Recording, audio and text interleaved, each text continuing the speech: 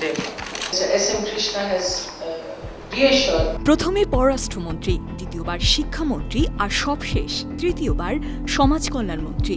সাবেক প্রধানমন্ত্রী শেখ হাসিনা সরকারে গেল 11 বছর সামলেছেন তিনটি মন্ত্রণালয়। পররাষ্ট্রমন্ত্রী হিসেবে সেঞ্চুরি করেছেন বিদেশ সফরের ক্ষেত্রে, আর শিক্ষামন্ত্রী থাকাকালে তার দুর্নীতির জাল ছড়িয়ে যায় সর্বস্তরে। স্কুল কলেজ ভবন নির্মাণে 5% কমিশন নেওয়া, মাধ্যমিক স্কুলের শিক্ষক থেকে বিশ্ববিদ্যালয়ের ভিসি নিয়োগে ছিল তার প্রভাব। এমন সব অভিযোগের ফিরিস্তে উঠেছে সাবেক মন্ত্রী ডাক্তার দীপুমনির বিরুদ্ধে। কোনো চাপের কাছে তিনি কোনোদিন নতি স্বীকার করেননি, কোনোদিন করবেনও না। বাংলাদেশের প্রথম নারী পররাষ্ট্রমন্ত্রী তিনি। পররাষ্ট্রমন্ত্রী হিসেবে দেশের জন্য খুব একটা সাফল্য না আনলেও নিজে বিশ্ব রেকর্ড করেছেন। রেকর্ডটি হলো 5 বছরে তিনি বিদেশ সফরে সেঞ্চুরি করেছেন। 34 মাসের প্রায় 13 মাসেই বিদেশের মাটিতে কাটিয়েছেন।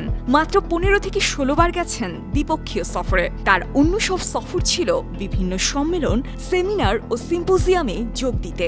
শিক্ষামন্ত্রী অবস্থায় তিনি ও তার ভাই টিপু নানা বিতর্কের জন্ম দেন। রাজধানীর কলাবাগান ও বনানীতে ছায়া অফিসের মাধ্যমে সবকিছু নিয়ন্ত্রণ করতেন এই ভাই বোন চক্র। দীপুমনির ভাই ডক্টর জাওয়াদুল রহিম ওয়াদুদ টিপুর মাধ্যমে প্রায় সব নিয়োগ ও পদায়ন হতো। সন্তানদের শিক্ষার কথা যেখানে জড়িত, সেখানে কোনো কিছুর সঙ্গে কোনো আপোষ করবার কোনো সুযোগ নেই। বই আমাদের লাগবেই, 1 তারিখেই লাগবে। এসবের মধ্যে সবচেয়ে বেশি আলোচিত ছিল সরকারি বিশ্ববিদ্যালয়ে ভিসি ও কলেজের অধ্যক্ষ নিয়োগের বিষয়টি।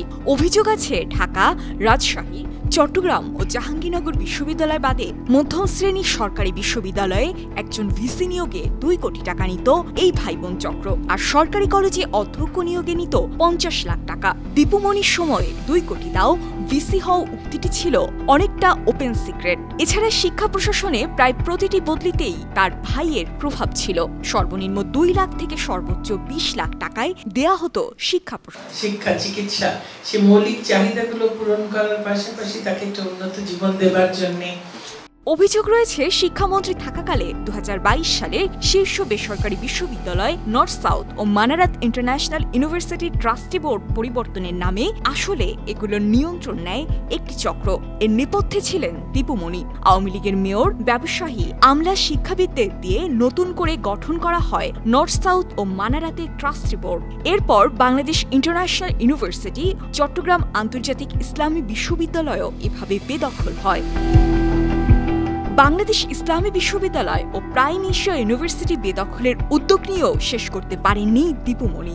2024 সালের নির্বাচনের পর তাকে সমাজ কল্যাণ মন্ত্রণালয়ের দায়িত্ব দেওয়া হয়। একইভাবে রাজধানীর গুলশানে Manarat international school and college দখল করতে চান সমালোচিত সাবেক শিক্ষামন্ত্রী। তিনি অযাচিত হস্তক্ষেপ করে প্রতিষ্ঠানটির পরিচালনা পর্ষদ ভেঙে দিতে কয়েকবার উদ্যোগ নেন। প্রতিবাদে প্রতিষ্ঠানটির সামনে মানববন্ধন করেন শিক্ষার্থী ও অভিভাবকরা।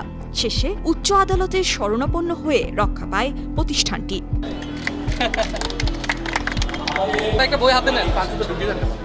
অভিযোগ রয়েছে চাঁদপুর বিজ্ঞান ও প্রযুক্তি বিশ্ববিদ্যালয়ের জমি অধিগ্রহণে 359 কোটি টাকা হাতিয়ে নিয়েছেন দীপুমনি।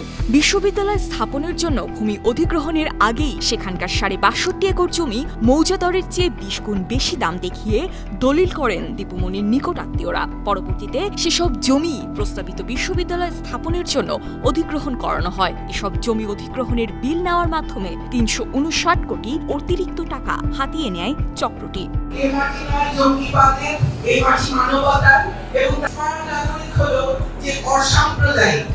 চাঁদপুরের পদ্মা ও মেঘনার ডুবোচর থেকে বালু উত্তোলনেও চোখ ছিল দীপুমনির। অভিযোগ রয়েছে লক্ষ্মীপুর ইউনিয়ন পরিষদের চেয়ারম্যান ও চলচ্চিত্র নির্মাতা সেলিম খানকে সেই বালু তোলার ইজারা দিতে প্রভাব বিস্তার করেন দীপুমনি। খোদ জেলা আওয়ামী লীগ নেতারাই বিভিন্ন সময় এমন অভিযোগ তোলেন। আওয়ামী লীগ সরকার পতনের পর গণপিটুনিতে ছেলেসহ নিহত হন সেই chairman Selim Khan. News desk, 52 TV.